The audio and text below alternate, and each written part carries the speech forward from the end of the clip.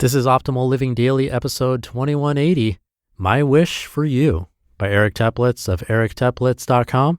And I'm your host and narrator, Justin Malik. Happy Hanukkah if you're celebrating and listening in real time. Today's article is from a brand new author to the show. I'll tell you about Eric right after the reading. But for now, let's hear our very first post from him as we optimize your life. My Wish for You, by Eric Teplitz of ericteplitz.com. The following is my wish for you, wherever and whenever you happen to be listening to this. May you be filled with loving kindness toward yourself and toward others. May you be healthy in body and mind. May you live with ease as much and as often as possible. May you be and feel fully supported and deeply loved, valued, cherished, and cared for. May you be truly happy, peaceful, content, and fulfilled. Loving kindness. The practice of metta, or loving kindness, is simple but profound. It essentially consists of silently and heartfully wishing yourself and others well. It can be done as part of a formal sitting meditation practice, or it can be done as you move about it in the world in your everyday life. Formal practice. It can be very powerful to take time out of your day, even a short amount, and devote it to nothing but the cultivation of compassion toward yourself and others, or loving kindness. If you're brand new to this practice, or even if you're not, I highly recommend being guided through it. Probably the easiest and most inexpensive way to find a guide is to use an audio program such as one by Jack Kornfield, which I've recommended before and highly recommend once again. Guided meditation, 6 essential practices to cultivate love, awareness, and wisdom. The practice goes like this. Once you are in a calm and relaxed state, after sitting still for a few moments and perhaps taking several deep breaths, you focus your attention on simple phrases that you repeat silently to yourself. May I be happy. May I be well. May I be peaceful.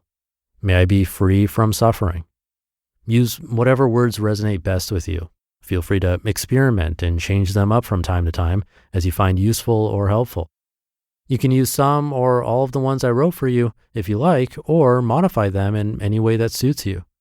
It is typical to begin formal practice with yourself as the object of these wishes. This can be more difficult than it sounds, especially if you have a tendency to be hard on yourself. Stick with it as best you can. Things change from day to day. Some days the words might seem utterly hollow to you. Other days they might move you to tears. Whatever happens and whatever you feel or don't feel, it's okay. After you spend some time doing this, you move on to extending the same wishes to others. You think of someone who has been kind and nurturing to you in some way, and silently extend the same wishes to her or him. May you be happy. May you be well. May you be peaceful. May you be free from harm or suffering. You then move on to someone you care about, perhaps a significant other or close friend, and silently repeat the mentioned phrases or your own variation of them, holding this person in your mind and your heart. You can repeat this with another friend and another if you want to. Perhaps you want to direct your loving kindness to someone you know is going through a particularly difficult time.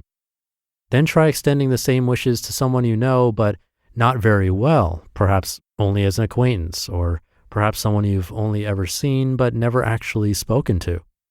Then, eventually, you try extending these wishes to a difficult person, someone who really gets on your nerves and pushes your buttons. Do the best you can. If this proves to be too much of a challenge, then redirect your loving kindness toward yourself, since you are the one at the moment having a difficult time. Then extend the same benevolent wishes to all of those people around you, say in your neighborhood, community, or workplace. Keep branching out further and further to include more and more people, known and unknown, and even beings other than people, because it turns out there are many. And finally, extend loving kindness to all beings everywhere. The mentioned is just a guideline. You, of course, can alter this practice in any way you choose. Just know this: hearing about doing this and actually doing it are two very, very different experiences. I encourage you to try it out for yourself, experiment with it. Starting your day with a practice like this can set the tone for your day before you get caught up in the relentless pull of things to do. You can think of it as a means of calibrating or recalibrating your heart, of centering yourself, of setting a loving intention before you get distracted and then swept away by the activities of everyday life. Informal practice. During the course of your day, as you pass a stranger on the street, for example, you can silently wish him well. May you be happy. May you be peaceful. Use whatever language or word choice feels right, and to whatever degree possible, make it not just lip service, but make it from your heart. You can practice this anywhere and at any time. It's easy to do. It just has to occur to you to do it. Why do this? Why do this at all? Isn't it pointless? What impact does it have? Is it anything other than quite literally wishful thinking? Isn't the road to hell paved with good intentions such as these?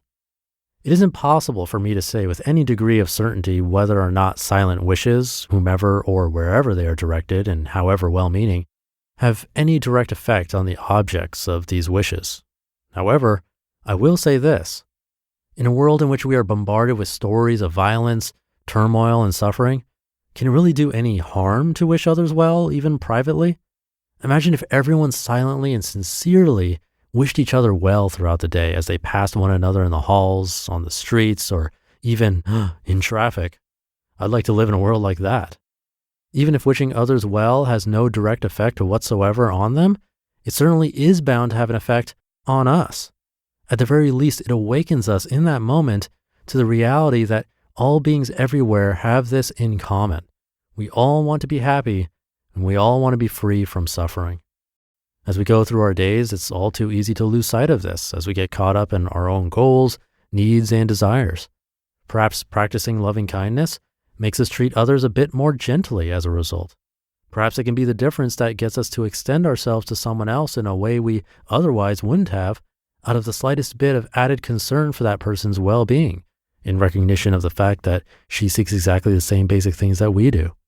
Such a gesture is bound to have some ripple effects. And again, imagine if everyone did this, even just once in a while. How many heinous acts might be prevented if someone took the time to show a potential perpetrator that he was loved and valued, for instance, that someone cared about him? If practicing loving kindness prevented one such tragedy, think of all the needless suffering that would be avoided. While the practice of Metta stems from the Buddhist tradition, it can be done by any person from any religious tradition or from none at all. It is a way to feel more connected to yourself and to others around you, to be a bit more sensitive to your own suffering and the suffering of others, to open up your heart and access the kindness and love within it, to become a happier person. May you be filled with loving kindness toward yourself and toward others. May you be healthy in body and mind. May you live with ease as much and as often as possible. May you be and feel fully supported and deeply loved, valued, cherished, and cared for. May you be truly happy, peaceful, content, and fulfilled.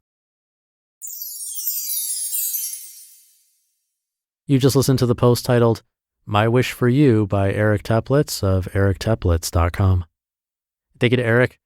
He's had a lifelong fascination with human motivation, creativity, personal development, and living an inspired, rewarding, and positively impactful life, perfect for this show. He has recorded an album of original songs and started his own record label, acted on stage in community theater productions, backpacked over 500 miles of the Appalachian Trail, completed numerous marathons, triathlons, and more, volunteered hundreds of hours playing music for hospital patients, and a lot more. Come by ericteplitz.com to show your support. That's Eric with a C, and Teplitz is Teplitz.com. Now, Metta or loving kindness meditation is one of my favorites to do because honestly, just nonstop focusing on my breath can become tedious. So if you struggle with the typical formal meditation practice, I would highly recommend giving this one a shot. I actually feel the most short-term benefit from this exact kind of meditation. When I'm done, I usually feel like I did something really positive. Whereas with regular meditation, I kind of come out feeling neutral, but I do feel long-term effects. So let me know how it works for you. Everyone has different results. Have a great day and Hanukkah if you're celebrating, and I'll see you tomorrow where your optimal life awaits.